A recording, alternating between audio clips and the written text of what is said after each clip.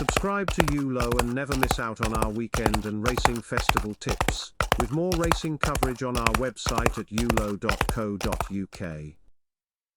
On to Thursday at the Ebor Festival on the Knavesmire, where the Yorkshire Oaks is the feature. Not our best day yesterday, so fingers crossed our luck will bounce back on the second day of the Ebor Festival. Thursday's nap is Arizona Blaze, lining up in the Goffs Premier Yearlings Stakes. On our watch list from the start of this season, Adrian Murray's Colt has done nothing wrong in a busy campaign, with 2 wins at the Curragh already in the book. Since winning the Group 3 Marble Hill at headquarters, Arizona Blaze has been highly tried, and his third in the Group 1 Phoenix Stakes, back at base camp, is the standout piece of form here.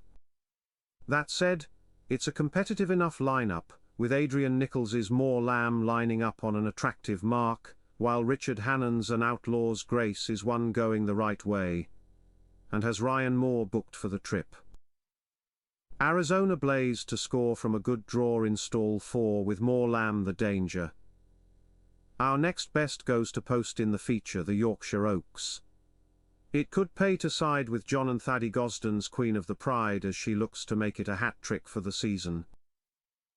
Stepping up from her win in the Group 3 Pinnacle Stakes at Haydock Park back in June, she returned to the Merseyside track to land the Lancashire Oaks, with a bit to spare, with Oisin Murphy back in the saddle. Stablemate Emily Upjohn officially holds the higher rating, but Queen of the Pride has more scope, and can be the one to take on the smart content from Aidan O'Brien's Ballydoyle Yard. Content, a well-bred filly from Super Sire Galileo, got to within 3/4 of a length of Irish Oaks winner You Got to Me last time, but with a clearer passage 2 furlongs out might have taken that classic prize. You Got to Me lines up again, so with Group 1 classic success in the book has to be feared. But Queen of the Pride gets the nudge. Earlier on, it's hard to get away from the appeal of Carl Burke's Leovani for Thursday's opener. With the Spigot Lodge handler having his best season ever, including classic glory in the Irish 1000 guineas with Fallen Angel, all of his sprinters have to be noted, so Leovani's impressive win in the Queen Mary at Royal Ascot looks a strong piece of form, although that Group 2 win does attract a £3 penalty.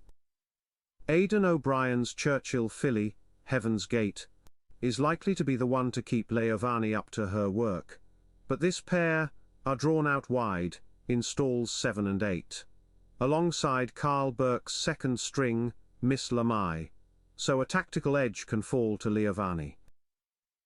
Fascinating. In the Clipper handicap, David O'Meara sends out a whole platoon for this valuable handicap. But New Image is the squadron leader with Oisin Murphy booked for the trip. Better than ever when landing the Shergar Cup at Ascot, with a brilliantly timed run by Hayley Turner, that's earned this Frankel gelding a £6 penalty, but there's no doubting his current form. Carl Burke's Thunder Run and Holloway Boy both make the shortlist, as does Ed Bethel's James McHenry and Andrew Balding's Aragon Castle. New Image and Thunder Run to fight it out, with New Image edging it under Oisin Murphy.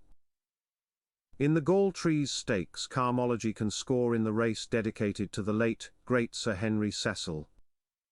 There's sure to be plenty of support for clear anti-post favourite, See Just in Time, for this listed contest. But we'll buck that trend and go for Carl Burke's Carmology. It is a drop in grade for William Haggas's See Just in Time, who has a Group 1 entry in the diary for Ascot's Champions Day meeting. But it's horses for courses here as Carmology returns to the Knavesmire for her 3rd consecutive race, having won a Class 4 here, before a fine second in a listed contest last month. Carmology taken to win up in trip, with Ray Guest's Divina Grace the each-way angle. Elsewhere on the York Racecard, Age of Gold can score for Charlie Appleby while Sunfall looks a terrific each-way punt in the closer,